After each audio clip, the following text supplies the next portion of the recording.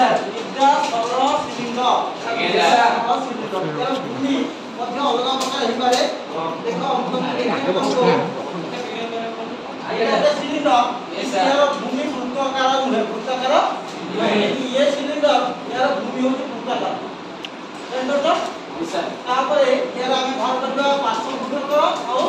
समग्र पृष्ठकर एटा होती पार्श्व पृष्ठकर और पूरा का भाग करे समग्र पृष्ठकर देखो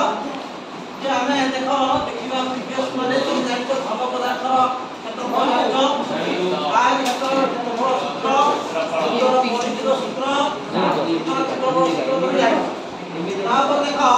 एटा केते गुले घन पदार्थ जोरा कोन घन पदार्थ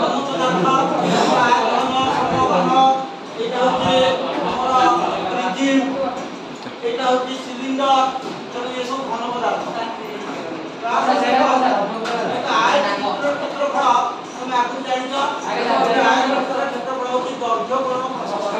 ক্ষেত্র L * B দৈর্ঘ্য গুণন প্রস্থ আচ্ছা দৈর্ঘ্য হচ্ছে এটা প্রস্থ হচ্ছে ঠিক করছো তাহলে দেখো হচ্ছে বৃত্তর পরিধি বৃত্তর পরিধি কি ভাগ করে পরিধির সূত্র আছে